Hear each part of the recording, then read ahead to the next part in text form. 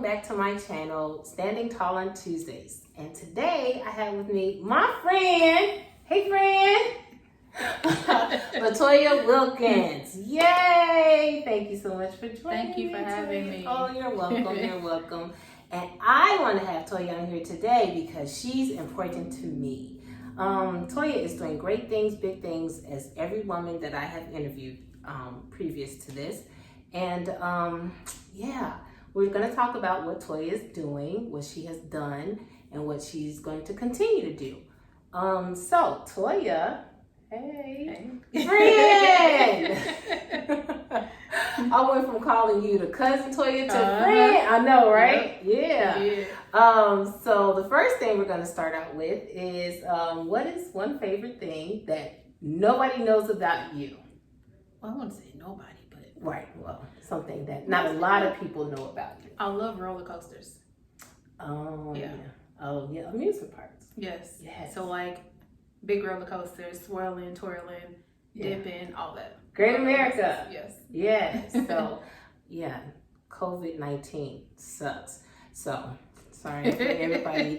Yeah, we're going through that right now. Still going through, and obviously. Hopefully, maybe, and even if they did, would you go to Great America this year if they opened it? Absolutely not. Oh, okay, yeah. No. No. I can't even do it. Not going to anytime soon, but even if they opened it up, because I love roller coasters too. Mm-hmm. I love Great America, like one of my favorite things. But even if they opened it up, we wouldn't go. So Toya, how did we meet? Okay. I was thinking about this because I'm like, how did we meet? So I remember I met you through a mutual friend, Kiana. Yes.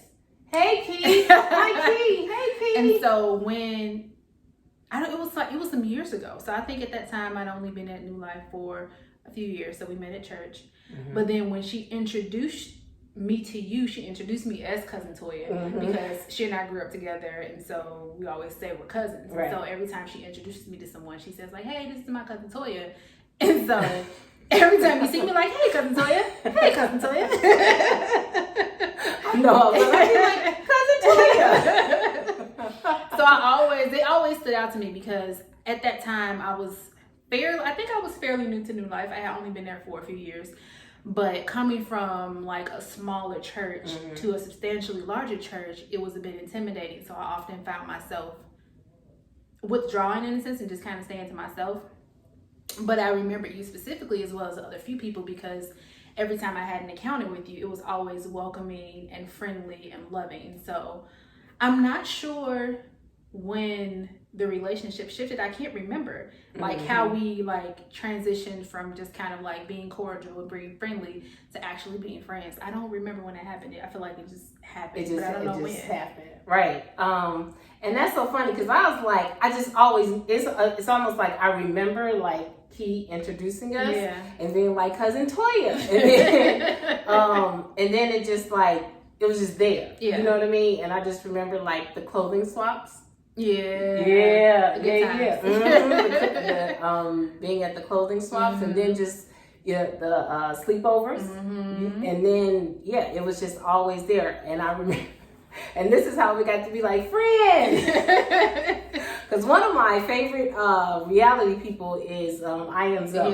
Yes, love him. He is so funny. He always being like, friend. And Toya knows that. And I just be like, that's Toya. She's my friend. So, and that's how I think that transition, and we just started talking and hanging out, where it was just her and I, and talking about mutual stuff. And one of the things that we started talking about, like seriously, is launching and our ideas and what we wanted to do, and just more personal stuff and all of that. So that's how everything just started coming about.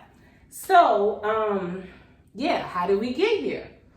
This is how we got here. We got here together because you were always doing like outreach things within the church, but then you started doing stuff like outside the church. You've always been a person that had your own thing going, like wanted to give to people, like in the wintertime.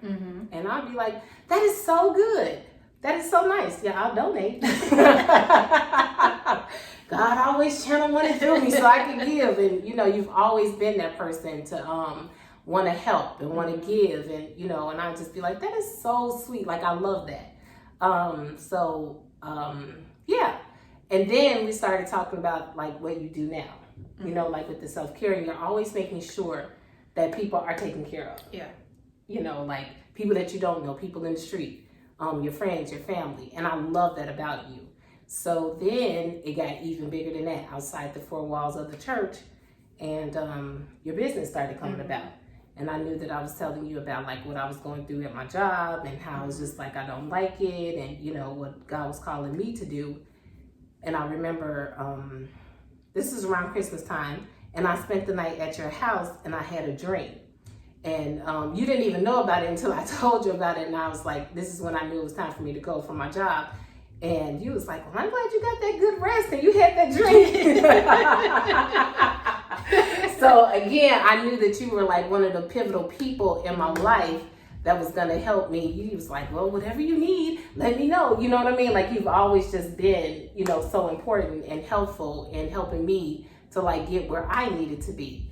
So tell us about where you are now, friend. Like what you doing and what has happened.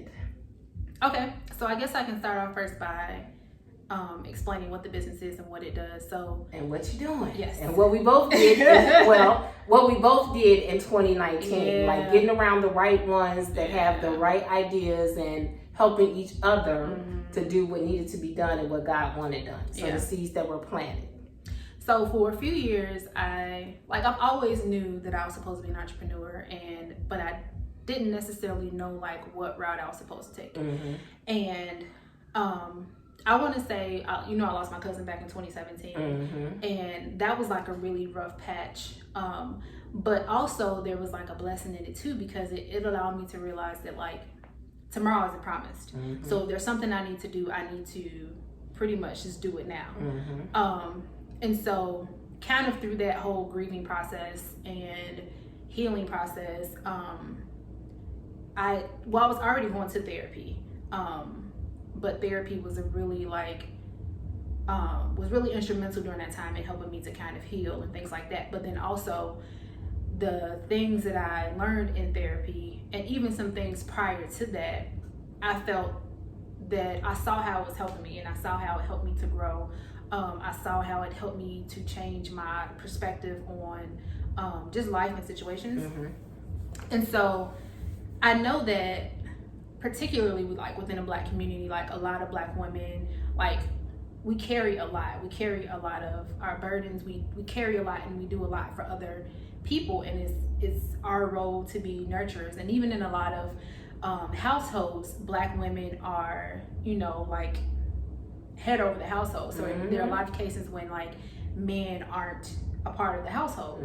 And so I wanted to be able to do something for women where they understand the importance of putting themselves first.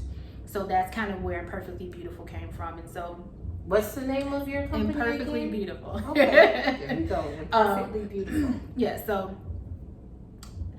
the name kind of stemmed from like, I guess I'm jumping back and forth, but so just prior to 2017, like a lot of my life I felt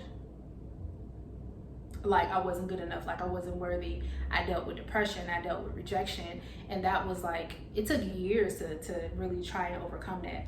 But then I also had to realize that I felt like I was always striving to be like this perfect person, when in reality there is no one's perfect. And so I had to begin to understand and accept like who I am as I am is beautiful, like even with all of the mistakes that I made, the flaws that I have, and to learn how to put myself first and to understand that I am important. And so that kind of ties back in with the self-care and helping Black women of color understand the importance of self-care and what that looks like from like a holistic perspective. So not just the manis and the petties and the facials, but like what does that look like from a mental health perspective? Are you taking care of yourself mentally? Are you taking care of yourself spiritually? Are you taking care of yourself financially? Are you taking care of your health? Are you setting boundaries in relationships? Are you showing yourself grace? And so that's kind of where that whole concept and idea came from. And going back to 2019, you know, you and I, we were both talking about like our desires and our businesses and things like that. And it was really important, and I really appreciate the fact that you held me accountable, because there were times where I doubted myself and my abilities, and I'm just like, I can't do this. Like, and I remember my goal was I was like, I'm gonna have my launch party by the end of the year, and then like, I think I just became overwhelmed, and I was like, I'm gonna have it in 2020. Right. You was like, no, you're not. Nope. You're gonna have it. You're gonna have it in 2019. Like, and like you said, and I was like, okay. Yeah, I remember we had some empanadas. We were doing a walk, and you were like, well, Deidre, no, I think that I'm just going to push it back, and I think that I'm just going to, I was like, absolutely not. I was like, no, ma'am, no, ham, we doing this. I was like, nope, you pushed me, and we are going to do this. Like, it is going down, and we just go take it one day at a time. You're going to do this. Don't overwhelm yourself. You write down what you need to do this day, that day, and that's why it's so important to have the right ones that are gonna push you, you know, not like but still like encourage you and tell you, you know, you got this, you can do this. And next thing I know, August came, the book was out, then the next 3-4 months, here you are launching. And that thing was amazing. And it went by like boom, boom, boom. Yeah. And you know, here we are. And it's amazing because, and even though sometimes we just be like, is anybody listening, or what are we doing? And I have seen you do that thing, you know what I mean? And sometimes, yes, I know, well, and I can only speak for myself, like you get exhausted, or you get like frustrated, or you get annoyed, or whatever, but you're still doing it. Like, I'm so excited that you did it. You know what I mean? Like, you did it. You can look and you can say, check, I did it. Because you had to stand. What was your process like? So the process was like, it was a bit much, because so I have, you know, you have this concept, and you have this idea, you have this vision in your head, and I even have things written down of what I want to do, like products and things that I want to release in the future, and like different types of events that I want to hold. But like, the process was overwhelming, because like I had to get over myself in a sense. And so it was like, you know, the saying, like, you are your own worst critic. Like, I am truly my worst critic. And so it's just, and I struggle with this, you know, idea of perfectionism, which is ironic, because the name of the business is called Imperfectly Beautiful. But you know, I'm always fighting with perfectionism, and having to understand and know that everything, like, nothing is perfect, and learning to do things as they are, and being okay with the outcome, and just being able to allow myself to fail and learn from that experience. I think a lot of times I'm so fearful of failure, and it's like, okay, what if I mess up, or what if this doesn't go right, or what if I say the wrong thing, or what if I look stupid? So it's just like, I have to get over that. So that's a constant battle of me trying to push past that, and like, okay, like it's like, as I'm trying to, like, I guess, encourage other women to practice self-care and self-love and show self-compassion. Like, I have to remind myself to show that as well to myself. And so that's kind of like what that process has been like. It's like a constant like hurdle that I'm trying to, you know, get over. But so the launch event was in 2019, and so I launched 3 sets of affirmation cards, forgiveness, which are amazing, queenship, and a 21-day gratitude challenge, along with a journal gift set. And so this year has been more so about planning and prepping for the future. So like, I filed for my trademark. You know, I've revamped my social media. You all can follow Imperfectly Beautiful Official on Instagram and Facebook.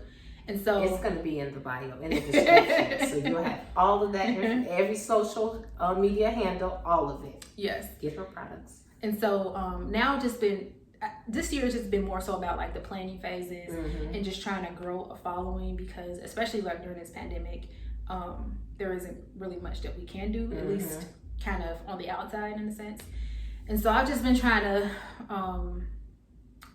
develop products that I eventually want to launch in 2021, as well as kind of grow my following on social media, so that way people can be more aware of what the brand is, so that way when products do launch, it's not like, oh, who is this? And you know, so I'm trying to get myself out there more and expose myself. And so the next step is to begin having live Instagram sessions, so we can talk about like self-care, because I want to continue to have those discussions on what self-care looks like. And so one of the first sessions is going to be, the first 3 sessions I plan to have is on mental health, which is so important. Yes, especially like right now, you know what I mean? And just mental health is so important. Mental health, finances, and then physical health as well. So those are some of the topics that I'll start having. And I want to kind of dig in deeper, talk about like relationships. So relationships from perspective of a single person, perspective of a single parent, married individual. So I want to begin having those conversations of kind of what self-care looks like, and how do people in those different types of relationships practice self-care and self-love. Right. See, my friend, she doing the thing over here. I'm trying. So with that, there's a spiritual aspect of it too. And in this process, like, have you stood on God's words, or like, you know, even though we're not in the church building physically, you know what I mean? Like, we're in the house, we're in home, and, you know, streaming, doing that. Like, what else, like, what word are you standing on? Are you standing on God's word? Like, what are you doing? Yeah. I think during this whole process, like, one of the things that I have to like continue to do, because I try to do everything by myself, is like to learn to trust God. You and I've had this conversation before. Yes. And so like, I can be such a control freak. It's me learning how to trust God, and then also just being mindful to change and to shift my perspective. I've found like in this season, like, learning to be more grateful about things, and appreciative about things. And so like some scriptures that kind of come to mind is, you know, I'll bless the Lord at all times, and his praise shall continue to be in my mouth. So like that puts me in a mind state of like gratitude and appreciation, because like, you know, without God, like none of this would exist. I would say some other scriptures that have been kind of pivotal and like important to me are He will keep your mind in perfect peace whose mind is stayed on him. So that's been important. And there's another one I can't think of right now, but those two have been very important to me. And to be anxious for nothing, because Lord knows I'm impatient. Don't do that. I'm just saying, like, you gotta know your friends, and it's okay. I had to remind myself, because I'd be like, well, this is not working, and this is not like, I'll be like, friend, it's okay, it's gonna happen, it's all right, it's gonna come together. She'd be like, but right now, I'll be like, okay, it's all right. Then I start overanalyzing, and so like those have been like really important scriptures for me. But yeah, I've definitely had to. And I'm still learning how to trust God. I think sometimes I find myself like repenting, because it's like me trying to take control over the situation, and feeling as if like, oh, I got this, like I can do this all on my own. But it's like, nah, you ain't get it. And you said it. It's all, we are work in progress, and everything that we do, especially when we just we see what, you know, he gives us a vision of something. We be like, yes, that's it. Because he knows he can't give us everything, right? And we just be like, yes, that's it. And then next thing you know, we be like, well, why is it not happening right now? I want to know the whole picture. The whole thing. Because he knows his kids. And he be like, hold on. But I thank God that, you know, he gives us stuff. Can't give it to us right now because so we're not ready. But I just thank God for that. You know what I mean? That we are a work in progress, and it's going to happen. You know, that he gives us something. He trusts us enough to handle it, but he's still working on us. And that is amazing. I'm so excited for everything that's going on right now and what's going to be going on in the future. So this is amazing, friend. This is amazing. Like, you're doing big things, and more is to come. Look at my friend's beautiful smile. Like, look at that. I love it so much. Look. That's self-care. That's like, that's self-care for teeth. So I have seen like so much. Like, I've seen you evolve into like this great and big, entrepreneur. And like, eventually, will this be it? Like, you'll be running your own business? Do you think you'll ever stop working, or no? Like, no. Like working for someone else? That's the plan. Like, I don't want to continue to work in corporate America. That's not my desire. So I'm trying to put myself in a position to be a full-time entrepreneur and just be able to do this thing on my own. So this, as well as some other things that I desire to do. Want to get into real estate a bit, but I just want to set myself up for, you know, to not have to be dependent upon, you know, some organization or some company. I want to have my own, because especially with things are always up and down with the economy. Because our job is not our source. Oh, I know. Yeah, our job is not our source. God is. Yeah. So I do desire to one day leave in corporate America. So, but what I can say is that, like, you know, when you left your job and, you know, you and I were having kind of that conversation, and I know there was, you know, like some nervousness around that, but like that really strengthened my faith, because like even during this process, like we'll have conversations and you'll be worried about stuff, and I'll be like, Deidre, like, but he did this, like, he'll have folks bring stuff back to my mind, because I'll be like, oh yeah, he did, and so like I've like, even with you stepping out on faith, I've seen like how like you lack nothing, like all your needs like have been met, and so that's been really encouraging. Like, man, like this is what happened like when you're obedient, like.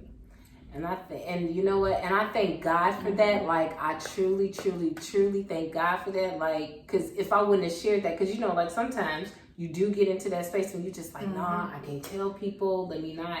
But when you tell people his story, like Tisha, my God's story, when you tell people what God has done for you, he's able to have them remember, this is what I did, this is what I did for you, and he'll give you the strength to continue to carry on. Because when I tell you what God has done in this pandemic, it's been amazing. You know what I mean? And he's still doing it, because it's nobody but him. So I'm grateful for that, and just continuously to walk in obedience, to walk in faith, and to just continue to trust him, because nobody is doing it but him. So and that's how I'm able to be like, okay, God, I'm just going to continue to do what you told me to do, and to encourage other people, to have them to share their stories of what he's done. And here's the thing too, and it just keeps coming to me, because you don't know who's watching you. You don't know, you know, some people you do, some people you don't. Also, just to encourage you to continue to do what you need to do. You know what I mean? And even if no one does tell you, like, oh my God, Toya, you're doing, you know, I'm here to celebrate you. You know what I mean, friend? Because I know what you had to go through, and I've been there with you since day one. Like, this is amazing. The affirmation cards, like, I was just like, yes, like, oh my God. I was like, friend, he was like, oh my God. I was like, no, these are amazing. So get her products. These are things that God gave you. They have no other choice but to succeed. Because when God does it, he does it well. You know what I mean? Like, I love it. So when we were talking about this, she was like, well, wait a minute, I don't know. And I was like, no, friend, calm down. I got you. I know how this thing is. I know that you're nervous, but now it's time for you to be launched. Like, for real. Like, it's time for you to be out there. I understand. I know God's got you. Like, he put it in you. Now it's time for this thing to, ta-da, like, you're perfect. You're God's child. So, let me know what you guys are doing. Put it in the comments. Share, buy her product. What is God put in you that needs to come out? Share. Let me know. So yeah, Toya, thank you so much. Oh, I'm so proud of you. Yay, this is so good. Thank you. Thank you. All right, that's it, guys. So, like I said before, subscribe, comment, share, tell your friends. Then Standing Tall on Tuesdays. Thanks, and guys. Get her book. Oh yeah, I did my book. She did have a book. Yeah, I did. And I'm gonna have a special announcement coming up in July. So come back, let me know. All right, see you guys then. Bye.